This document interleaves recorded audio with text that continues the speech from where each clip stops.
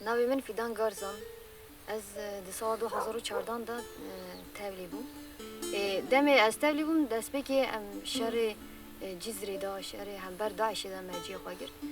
tabi şer hember Daiş'e şeraki olsa hesan nîm bû me bedel da me bedelên giran bû hada bes dîsa jî em serketin bi îrada xwe bi baweriya xwe min serokatî dît xewna xwe da min dî serokatî derketiye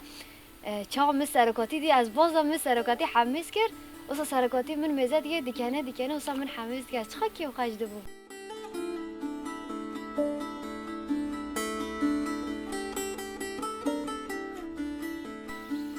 eğer ser nırxın gel êriş werin kirinse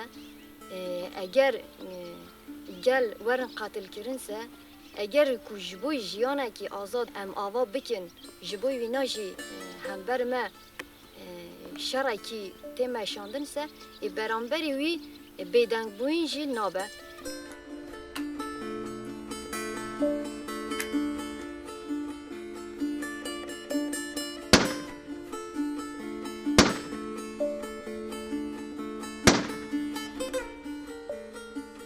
Tabii ki de ev bedeli dîsa giran bû. Me dîsa bedelên giran da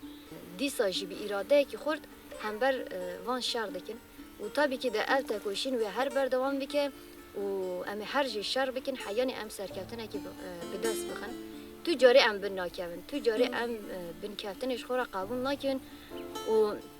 heya dawî jî çi ji me tê xwastin ji bo gelê me çi ji me tê xwastin em ê bikin.